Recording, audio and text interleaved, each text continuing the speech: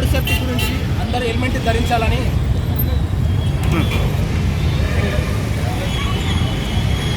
Road safety గురించి అందరూ helmet ధరించాలని టూ వీలర్ మీద ఒకరు లేదా ఇద్దరు పోయినప్పటికీ ఇద్దరు కూడా హెల్మెట్ ధరించాలని మన ముందుకు మన పోలీస్ శాఖ గర్వాన్ని ఒకసారి అడిగి చేస్తున్నాం.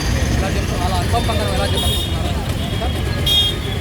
జాతీయ రోడ్డు భద్రత మాసోత్సవం సందర్భంగా రాష్ట్ర ప్రభుత్వం ఈ ప్రతిష్టాత్మకంగా ఈ రోడ్డు భద్రత గురించి కొన్ని కార్యక్రమాలు చేస్తున్నది. దీని తరఫున పోలీస్ శాఖ ఇతర శాఖలు కూడా ఈ కార్యక్రమాలు విస్తృతంగా చేపడుతున్నాయి. ముఖ్యంగా ఈ రోడ్డు భద్రతలో ప్రజలకు అవేర్నెస్ తీసుకురావడం అనేది దీని ముఖ్య ఉద్దేశం. అవేర్నెస్ ఉన్నట్టయితే రోడ్డు సేఫ్టీ ఉంటుంది, వాళ్ళు కూడా ప్రజలు కూడా సేఫ్టీగా ఉంటారనే అందరూ భావించాలి. అందుకోసం మా తరఫున మేము ఈ కార్యక్రమం సిఎన్ఆర్ స్కూల్తో కలిసి ఈరోజు ఈ కార్యక్రమాన్ని చేపట్టడం జరిగింది. ముఖ్యంగా రోడ్డు మనందరిది, అంటే ప్రయాణించే ఒక్కలదే కాదు, ప్రయాణికుని అతని భద్రతతో పాటు ఇతర ప్రయాణికుల భద్రతను కూడా కాపాడాల్సిన ధర్మం అతని మీద ఉన్నది, డ్రైవర్ మీద ఉన్నది. కాబట్టి మోటార్ సైకిల్ ఎవరైతే డ్రైవ్ చేస్తున్నారో మోటార్ సైకిలిస్ట్ కంపల్సరీ హెల్మెట్ ధరించాలి. ఎందుకంటే చాలా యాక్సిడెంట్ కేసులలో ఈ హెడ్ ఇంజరీస్ అయ్యి చాలామంది సరిపోతున్నారు, ఎక్కువ మంది. అదేవిధంగా ట్రిపుల్ రైడింగ్ కూడా చేయడం వల్ల ఆ బండి కంట్రోల్ కాక కూడా ఆ బండి కేవలం ఇద్దరికి మాత్రమే తయారు చేయబడింది. ముగ్గురు పోవడం వల్ల బండి బ్యాలెన్స్ తప్పి కూడా అది యాక్సిడెంట్లు అయ్యి చాలామంది స్కిడ్ అయ్యి కూడా పడిపోవడం జరుగుతుంది. అందువల్ల ట్రిపుల్ రైడింగ్ కూడా ఇంకా చాలా డేంజర్గా ఉన్నది.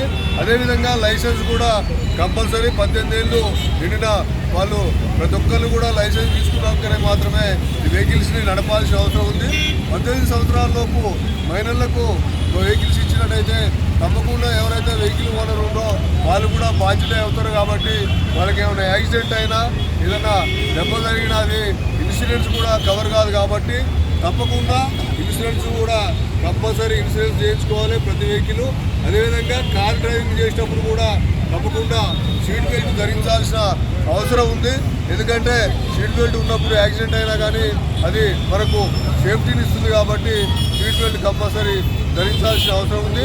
అదేవిధంగా తాగి ఎట్టి పరిస్థితుల్లో డ్రైవింగ్ చేయరాదు, అది చాలా డేంజరస్ డ్రైవింగ్ ఉంటుంది. చాలామంది ఎక్కువ తాగి చనిపోయిన వాళ్ళు కూడా, యాక్సిడెంట్ వల్ల చనిపోయిన వాళ్ళు కూడా చాలామంది ప్రజలు ఉన్నారు. ఎందుకంటే ముఖ్యంగా మనకు అసలు ఈ ప్రపంచంలో మనిషి జీవితము చాలా ఉన్నతమైంది. కాబట్టి మన ప్రాణాలు మన చేతుల్లో ఉన్నాయి కాపాడుకోవడం. కాబట్టి అందరూ కూడా రోడ్డు భద్రతను దృష్టిలో పెట్టుకొని, తమ భార్య పిల్లల్ని దృష్టిలో పెట్టుకొని, వాళ్ళ కుటుంబాన్ని దృష్టిలో పెట్టుకొని, రోడ్డుని దాటేటప్పుడు దాటే వాళ్ళని దృష్టిలో పెట్టుకొని తప్పకుండా ఆ విధంగా డ్రైవింగ్ చేయాల్సిన అవసరం ఉంది. అంతేకాకుండా రెడ్ సిగ్నల్ పడ్డప్పుడు తప్పకుండా వెహికల్ ఆపాల్సిన అవసరం ఉంది.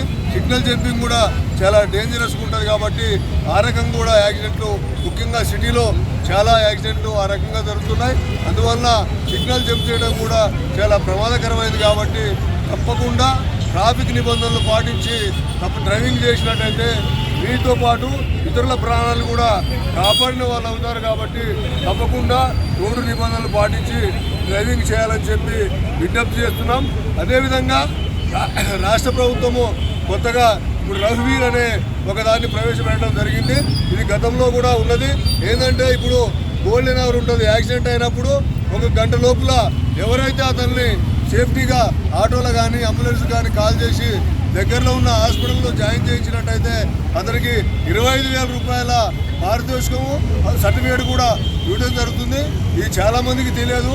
ఎందుకంటే ఏదన్నా వాళ్ళని తీసుకుపోయి హాస్పిటల్లో జాయిన్ చేస్తే మాకు పంచనామా మీద మేము సంతకం పెట్టాల్సి వస్తుంది, కోర్టు చుట్టూ తిరగాల్సి వస్తుంది, వాళ్ళ హాస్పిటల్లో జాయిన్ చేసుకోరు అనే యొక్క అపోహ ఉన్నది ప్రజల్లో.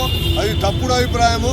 తప్పకుండా ఏదైతే ఫస్ట్ ఎయిడ్ కంపల్సరీ యాక్సిడెంట్ అయిన కేసుల్లో చేయాల్సిందే. ఏ హాస్పిటల్ అయినా, ఎంత పెద్ద హాస్పిటల్ అయినా కానీ తప్పకుండా ఈ ఫస్ట్ ఎయిడ్ చేయాల్సిన విధంగా ప్రభుత్వం ఉత్తర్వులు ఇచ్చున్నది. కాబట్టి ఆ విధంగా గోల్డెన్ అవర్ అంటే ఫస్ట్ అవర్లో వెంటనే ఎవరైతే వాళ్ళని హాస్పిటల్ చేయించి వాళ్ళ ప్రాణాలని రక్షించడానికి తోడ్పడతారో వాళ్ళకు 25,000 రూపాయల పారితోషికము సర్టిఫికేట్ ఇస్తుంది. కాబట్టి ఈ విషయాన్ని ప్రజలందరూ గమనించాలి.